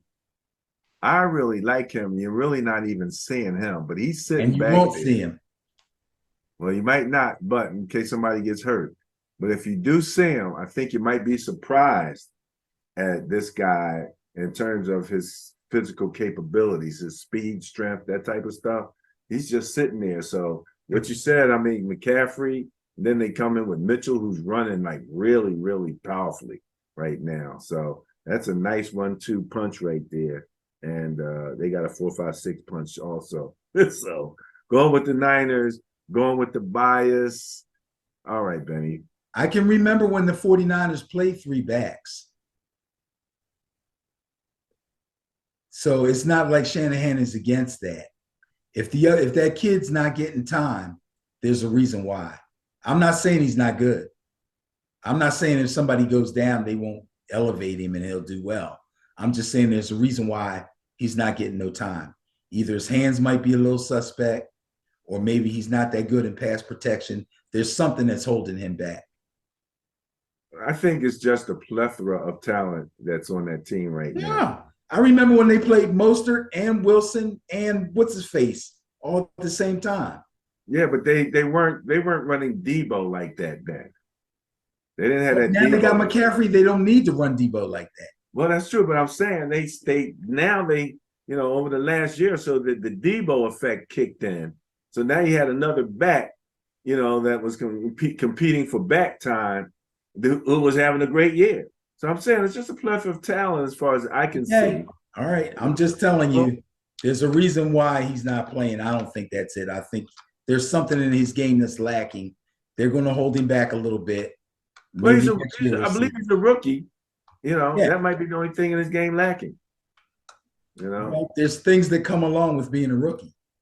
All right. Those are the actual things. No, I'm not going to play you because you're a rookie. No, I'm just saying maybe his inexperience has been showing, and that might be the hole in the game. That's what I said. Well, I'm agreeing with you. Maybe his hands aren't where they should be. Maybe he's not good in pass protection. Maybe he doesn't pick up the right guys on the blitz. There's something lacking in his game or he would be playing. All right. We finished with that? Sure thing. Rams at Chiefs. My first score 14.2 favors the Chiefs. There you go. This is one of those games when we were talking about like where they are relative to the net point power rankings. The Rams are in the lower, like third, I believe, across the board. Right. You know, the Chiefs are number one in scoring, and they're like what 20th or somewhere down that middle group in terms of their defense. So it kind of makes sense with this, and the Rams just don't seem to have it this year. They really drunk the Super Bowl Kool-Aid, and they got a real Super Bowl hangover. So 14.2, who you got? Last week we talked about mojo. The Rams have lost their mojo. And I don't think they're even close to finding it. They still look like a quality team on paper when you look at some of the people that are still on the team, but they just can't figure out how to finish games, and they just can't stop opposing offenses. Their defense is really lackluster. Now, Matt Stafford is back on concussion protocol after he actually played pretty well in the first half of the game last week, but he took a couple of hits. Looked like his head hit the ground on a particular play, and then he got sacked after that, and then they took him out. So the backup is Bryce Perkins. I don't know a lot about Bryce Perkins. I didn't take the time to look up Bryce Perkins. So Bryce Perkins is the backup. I'm sure we talked about him a little bit when we talked about backup quarterbacks, but I can't remember. All I'm going to say is when he came into the game, he took his lumps, and he's going to take some more lumps if he has to start this week against the Chiefs. The Rams defense is a disaster. They gave up 3 touchdowns to the Saints, Andy Dalton, and he had just embarrassed himself the week before against the Steelers. So that tells you how bad the Rams defense is. The Chiefs, like we always say, division games are full of surprises and hardly ever easy. And the Chiefs found that out when they played the Chargers last week. They had to travel to LA to play the Chargers. We just talked about the Chargers game and how close that game was, when in fact the Chargers had the lead with 1:46 left on the clock.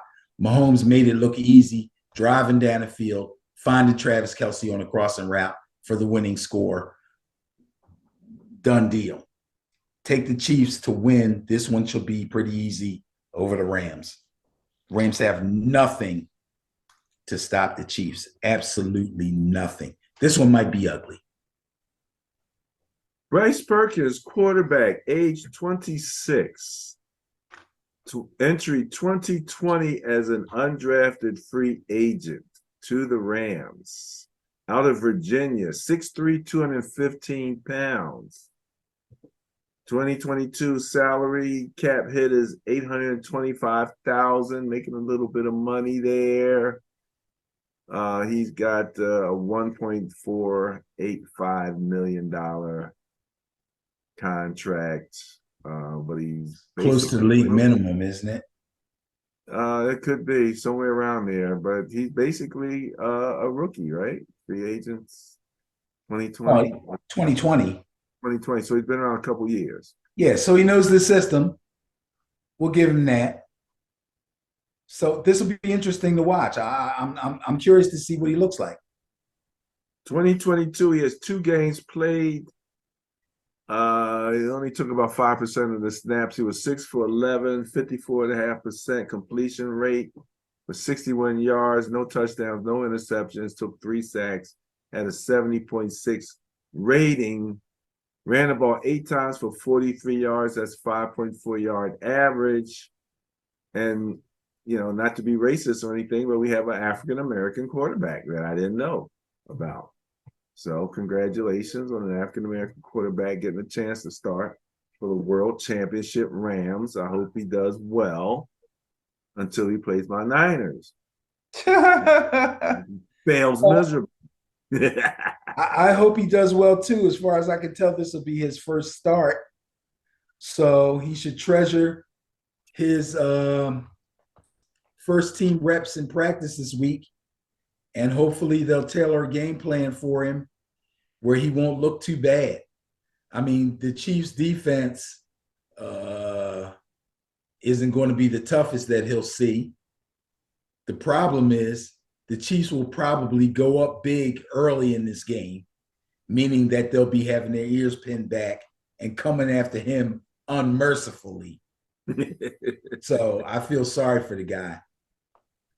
Well, nice starting against the Chiefs when they're the highest scoring team in the league, and your team is struggling to put up 16 points. But okay, best of luck, Mr. Bryce Perkins. Go get him. All right, Benny. Packers at Eagles. Packers at Eagles. That is the Sunday night matchup. Ah, man, my man Aaron Rodgers, they were asking him about it, and he was like, well, I don't know if I want to retire in a year, maybe 3 years. And it's like, why did he keep talking about retirement in the middle of the season when these guys need to be thinking competitive? Bias plus score of 18.1. I believe this is the largest bias plus of the weekend. Man, this guy's getting on my nerves. He's got to be getting on his teammates' nerves. And then I heard a rumor that now he's looking at going to Denver and they're going to try to get rid of Russell Wilson. This is crazy. If you remember correctly, their coach Hackett, him and Aaron Rodgers are buddies. Hackett was his quarterback coach for some years. Okay. Part of the reason that Denver got Hackett was in hopes of luring Rodgers over to Denver. The problem is they never really offered him a contract, and he never really offered his ear to even listen to them and talk contract because this guy has loyalty to freaking no one. I'm really starting to not like Aaron Rodgers as a person. I really am.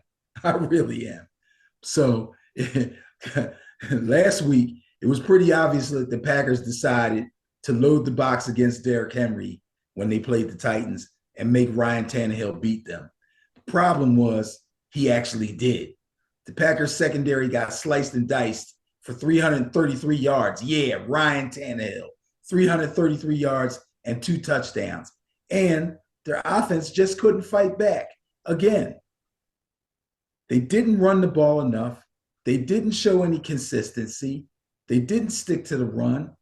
And Mr. Aaron Rodgers, I'm not making excuses, but I got a bad thumb, didn't look good at all. He threw 2 nice touchdown passes to the rookie kid, Watson. But after that, nothing. So I understand it's a broken thumb. He's saying it's broken, fractured, whatever. Yeah, now that's what they're saying. Yeah, okay. Well, so when you say I'm not making any excuses, but my thumb is broken, guess what? When you say that after you lost the game, I don't remember him saying it when he won the game. I don't know. But he said it when he lost the game. Now, we talked about a win is a win. Here's the thing about a win is a win. In the regular season, a win is a win in the respect that you scored more points than the other team and it goes into the win column. But that win shows other teams things about you that maybe some of the other wins didn't. It may show some weaknesses. It may show some flaws. A win is a win really only is for real 100% in a playoff game. Get what I'm saying? If you win a playoff game, I don't care if you trip and fall and hit your head on the goalpost and score. You win the playoff game, you advance, the other team is out. That's a win is a win. Just want to give that definition. Here you go. Okay. So, plain and simple, Jalen Hurts put the Eagles on his back last week. And they survived 2 turnovers to squeak out a win over the Colts. The defense did their part. They held Jonathan Taylor to 84 yards rushing. He did score a touchdown. And they sacked Matt Ryan 4 times, and they held him to no touchdown passes. So the defense did do their part. Offensively, they struggled, though. and Hurts seemed to make every big play that the Eagles needed. None of them was bigger than that 8-yard run up the middle with 120 left in the game to win the game. Again, we talked about that. I think we were on the phone when that happened. The Colts defense looked completely befuddled on that, sending no pressure up the middle of the field. I have no idea what they were thinking. My only guess is that they felt like they could rush from the outside and that they were looking at us at a formation that dictated a passing play. But again, like you said, even if they did think they were going to pass, if you send no pressure up the middle, then you're not maximizing your pressure on the quarterback. And that's exactly true. Anyway, nothing If you're came not going to send anybody up the middle, you at least better have a spy back there in case he decides to take the big gap that you're giving him. Yeah, but I'll tell you the truth. Spies don't work very well in the NFL. If you got a quarterback that you feel you need to spy, he's probably going to beat the spy. I haven't seen a spy beat a quarterback yet. I've seen a couple. I believe I remember a game. I can't remember what team it was. They put a spy on Justin Fields, and it didn't work. If you spy Jalen Hurts, it's probably not going to work. Who are you going to use? You want to take a safety out of the secondary? Can't do that. You want to use a linebacker? Can't do that. Well, you might in that particular case, because they were so close and everything was compressed anyway. There's a couple different ways that you could do it, but long story short, they didn't. This is probably the biggest bias of the weekend. So you're going with the Eagles, obviously. Yep. Going with the Eagles, going with the Packers. That closes down Sunday Night Football. And that leaves Monday night. Dun, dun, dun, dun. Steelers at Colts. Ugh. Ben, it's intriguing to me. Not at all to me. It's intriguing. First of all, the smallest bias plus of the weekend, I do believe, at 0.3. Favoring the Colts. The Colts actually getting a little bit of love out of the bias. Steelers at Because the Steelers stink. Well, they stink worse than the Colts, according to the bias, but we'll have to see. It's just interesting. Again, this is the controversy on the Steelers side is the stay coach that's been there, the regularity, the stability, and he might get his first losing season versus the controversial interim coach with no experience that they brought in, and everybody's head spun around 3 times and he won the first game. And then lost to the Eagles by 1 point. Yeah, they had a defensive breakdown, but man, what you said about exposing, things about that team that other wins had not exposed. Well, it had already been exposed. The only thing is they couldn't capitalize on it at a high enough level. The Eagles are still a pretty good team, but long story short, that's going to be an area that's going to be very interesting for the Eagles to have to deal with. But in any event, you say the Steelers stink. The Colts stink just a little bit less according to the bias, and a 0.3 favors the Colts. Stink or no stink, who you got? The only thing that gives me a little bit of pause is the fact that the Steelers were able to beat the Saints back in Week 10. And they actually did play really tough against the Bengals. But Kenny Pickett is still feeling his way as a rookie starter. He did throw for 265 yards. He did throw 1 touchdown. Najee Harris ran for 90 yards. He scored 2 touchdowns. So it's not like they're dead in the water. But defensively, the Steelers really are not good. They're just not good at all. So it's going to be hard for me to pick them going forward, especially in this game. As I mentioned earlier, the Colts were unable to take advantage of 2 fumble recoveries that they got against the Eagles, and they really had no answer for Jalen Hurts. But I don't think they have a problem finding an answer for Kenny Pickett. Take the Colts in this one. Kenny, the fake slide guy, Wicked Pickett. But Ben's going with the Colts, going with the bias, 0.3. Benny, that is Monday night. There's no more games for that weekend.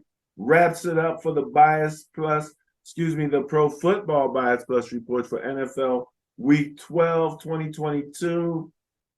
Any last words on this this weekend here? These matchups? No, it should be interesting. I don't see any big time upsets. The only upset I would think that could probably happen, believe it or not, is my Giants beating the Cowboys. That is a possibility, but I'm not going on possibilities. I'm going on my head and trying not to bet with my heart. That's why I picked the Cowboys to win the game, but it could happen. The one that tickles my fancy is Green Bay coming in and beating the Eagles. They were big. Are you The Bias Plus serious? Buster of the week. No, bro. At home in all black. The Eagles are wearing all black. Aren't they? All black. Wearing the all Not gonna happen.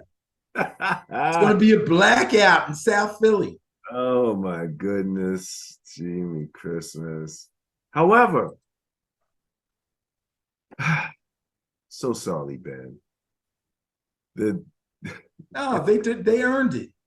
NFL Week 11, congratulations to the Detroit Lions, who had an unfavorable bias plus score of 9, but they won by 13, giving them the bias plus buster of the week. And this was one of the two teams that, remember I said, at 86%. So, I think that the Giants were favored in this. And this was one of the two teams that we didn't get right out of that weekend. Bias plus score. Congratulations to the Detroit Lions. Boo. You're not going to clap, Benny? Boo. Basically, the Lions said, stack the box, stop Saquon, make Danny Dimes beat us. He could not do it. Now, Daniel Jones has improved immensely under the new head coach. However, they did not pick up his option, which means they are open to going after another quarterback. I think they should put together some draft picks, try to move up in the draft, and go after the Ohio State quarterback, C.J. Stroud. I'm just going to put that out there now. Okay, C.J. Stroud. Wow. Top.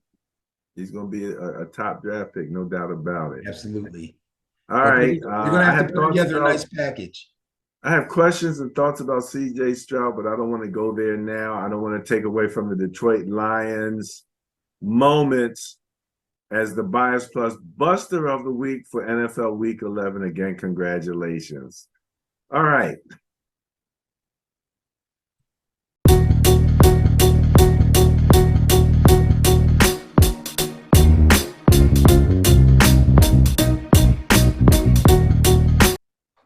All right, Benny.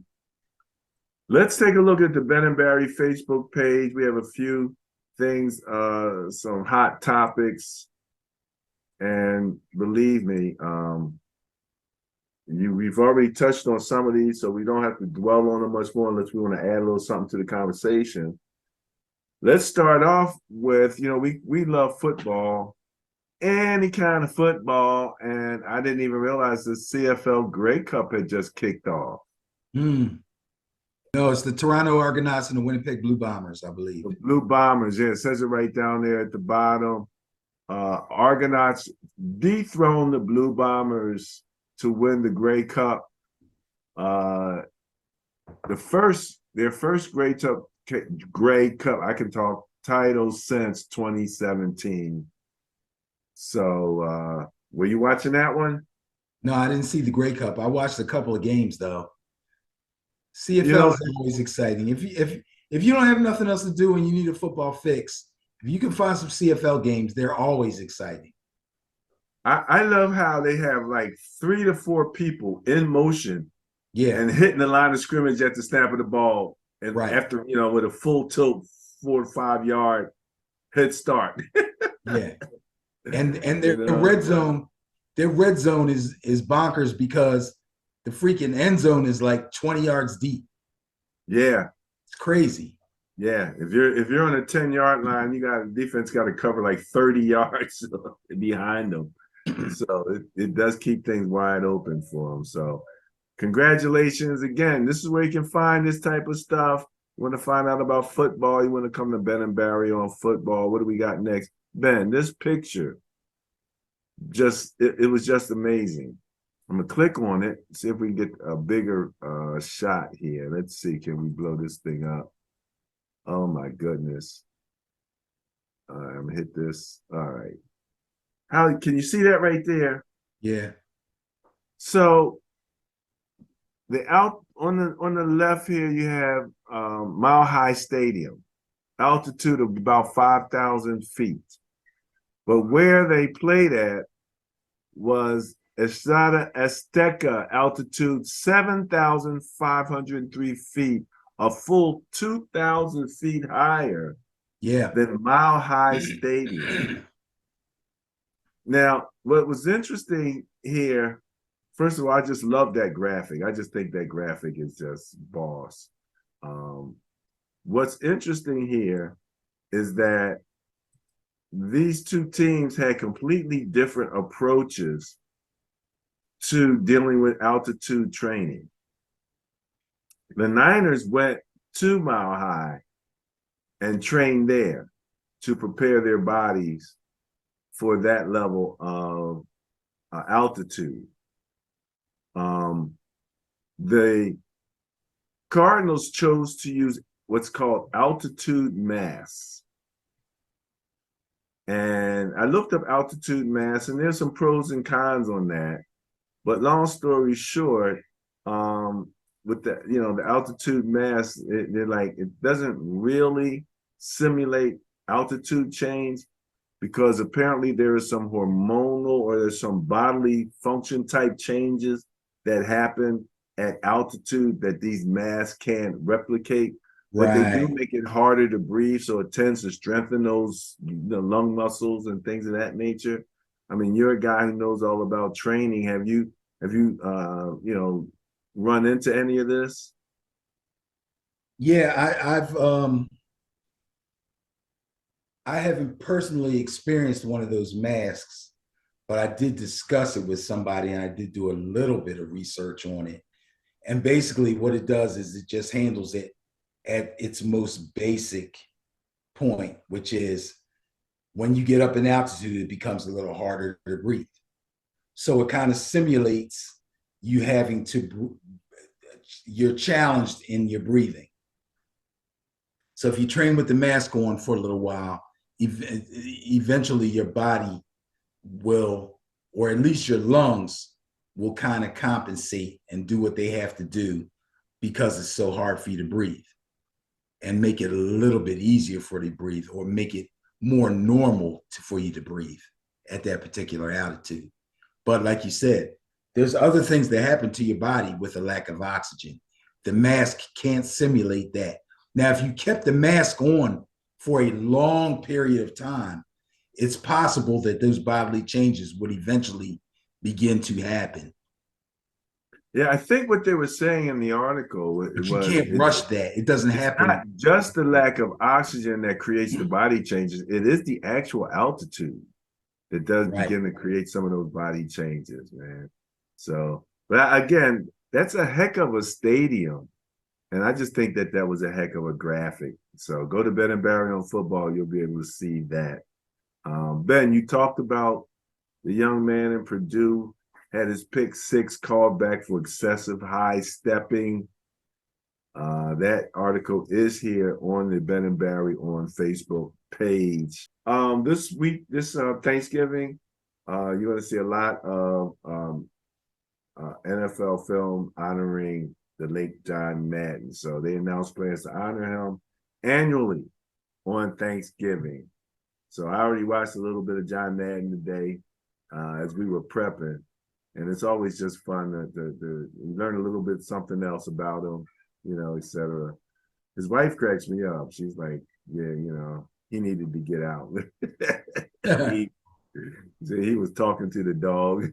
He needed to go do something after he retired. Giving the dog game plans. You know what I'm saying? Deion.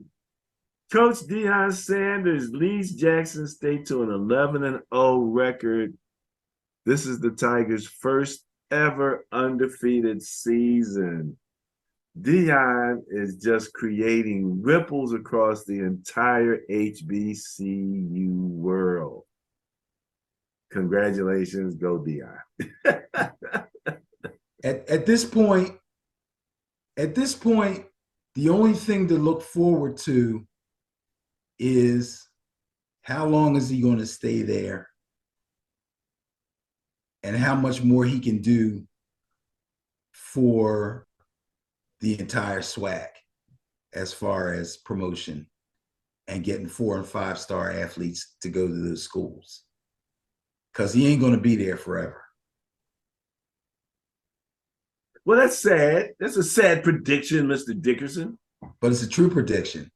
All right, we'll see. It's a prediction. He'll be in a D1 school. That's actually not a prediction, because he already said he would be a fool to turn down the right offer to coach a D1 school. He said he would never coach in the NFL, ever. But a D1 school, if the right offer comes, he will take it. The question is, when will it happen? Well, the thing is, he is grooming a nice staff there. So he would be a guy that if he leaves, I believe he's going to leave a program intact with a strong foundation. And that's good. That's what he seems to be trying to do. And when you look at, I remember we talked about some of the coaches on the staff, a lot of NFL experience and stuff like that. So, Deion might, he might be more of a leader, than Exon and those guys. We'll see, because I think he's got all of those guys there. So, but right. I wanted to give him his kudos on this.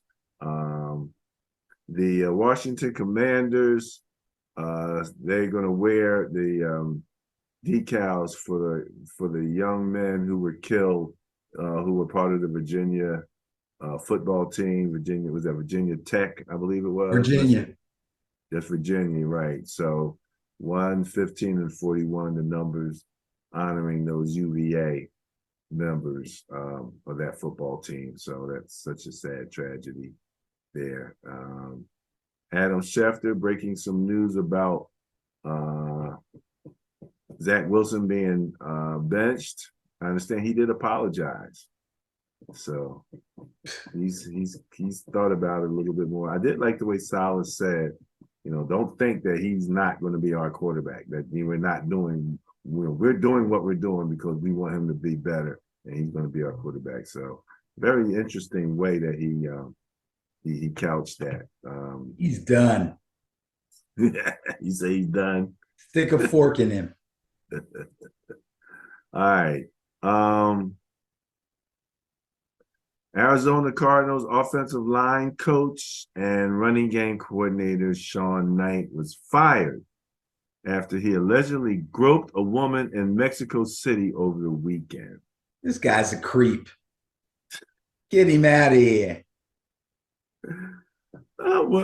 You're just grabbing women when you think you're in Mexico in college. Exactly. Who's this guy think he is? And we come at players all the time, and they're young dudes that do silly things from time to time. This is a supposedly mature coach. Well, he's got the age. I don't know about the maturity. A leader of men. Leader of men. Speaking of leaders of men, Sam Darnold is going to be leading the Panthers men coming up. We did talk about that in the Bias Plus portion of the show. I did do a FYI Rams wave starting running back Darrell Henderson, who was doing absolutely nothing, and who got picked up by the Jacksonville Jaguars, I believe, and will probably continue to do absolutely nothing. Okay, not a big fan, eh? Nope. Black is black. Eagles are wearing their black for the game against the Packers. You said it's going to be a blackout in South Philly, right? Should be. Okay. Bryce Perkins is going to get some first team reps in the practice ahead of the Chiefs game. I don't know what that means for fantasy. Nothing. You said nothing? Nope. What Nothing. about Clyde Edwards-Helaire being on injured reserve? And they're going to That means something. That means something. That means the kid Pacheco is going to get the carries. I like Pacheco. That's a big deal. Pacheco's a nice back. You know I like him. Right. He doesn't have Edwards-Helaire looking over his shoulder now. Jamar Chase expected to return from his hip injury in Week 12 versus the Titans. That's a big deal. Oh, wait, I didn't know that. Hold up. Oh, no, you didn't know that. Oh. Wait. Week 12? That's this week coming up. Yes. I picked the Titans to win that game. Did you now? Oh, man. Oh. I didn't know that one. Oh, my goodness. We have a change of heart here? Nah. You gonna stick with it? I'm gonna stick with my pick. Okay, all right. What a guy. You're gonna stick with it. Okay. Go down with the ship. Devin Hester officially been named the semifinalist for the Pro Football Hall of Fame class of 2023. He'll get in. Think he'll get in? Yeah, I think he'll get in. How about Dwight Freeney, Robert Mathis, Reggie Wayne? They're also been named semifinalists. I tell you what, I saw that entire list the other day. I don't know if I still have it in my phone. I don't think I saved it. But there's some question marks on there. I'm reading the list and I'm thinking back to what Dion said. There's a Hall of Fame and then there's a Hall of Really Good. Some of them guys could easily get in the Hall of Really Good. But there's like over 300 people. I looked at that list. There's like over 300 people in the Hall of Fame. Yeah. So here is the simulation league. We talked about it. I talked about it. I watch it every once in a while, just a little bit. It's like a video game, but it's on TV. And I don't believe anybody's manning the people. I believe it's all pre-programmed somehow, and these teams clash. But the re-signing period starting this morning, which means season 20. 20 seasons, Benny, starting this morning. We are incredibly humbled to have reached this epic milestone. We're talking about simulation league football. And if it's one thing that you and I have in common, it's our lack of understanding about what the heck is going on with simulation league football. Yeah, I am going to try to get somebody to come on our show and explain it to us. How's that? I'm going to try to devote a little bit of time to this and see if I can figure out what the heck is going on. I saw a show where they were talking to the people behind these leagues, where, the owners of the leagues, and they were like regular people. I mean, like, John and Joe and Mary. And I'm like, it's like people who know about the metaverse and people who don't. It's like they're almost there. They're on the edge of the metaverse in terms of football. Patrick Willis, Ricky Waters, Anquan Bolden also in that semifinalist group. And my Niners, I got to give Patrick Willis a little pump there. You know what I mean? That's a question that I've been asking for years. Is Ricky Waters a Hall of Famer? I always ask people that. Any Hall of Fame conversation, I always bring up Ricky Waters, and I get all kinds of different answers. I can see that. I think Ricky Waters belongs, believe it or not. Ricky Waters, his 49 years were great. Oh, yeah. Ricky Waters is in. He's a Niner, so he's got my bias right in. Shoot him right through the door. No problem. There used to be a video game for college, NCAA. And I never really played NCAA, but, you could like import players that would, once the draft was over, from the college into your Madden, professional team and all of, they had all that stuff connected. But then that kind of went down the tubes, and I'm not sure if it was because they weren't paying the college players and the colleges didn't want those be able to use their intellectual property or the kids' names and all of that. Well, now EA Sports is going to have EA Sports College Football. So they're not saying the word NCAA, but they apparently have a number of colleges who have signed on for this. And this is going to be a separate project from Madden. So you won't have that interoperability. I think I said that right, between the two games. But if you like college sports and you're into the college sports football scene, this is because NCAA was pretty popular. The young guys loved it, Yeah. And again, they probably knew a lot more about college football than I did because that's what they played, Right.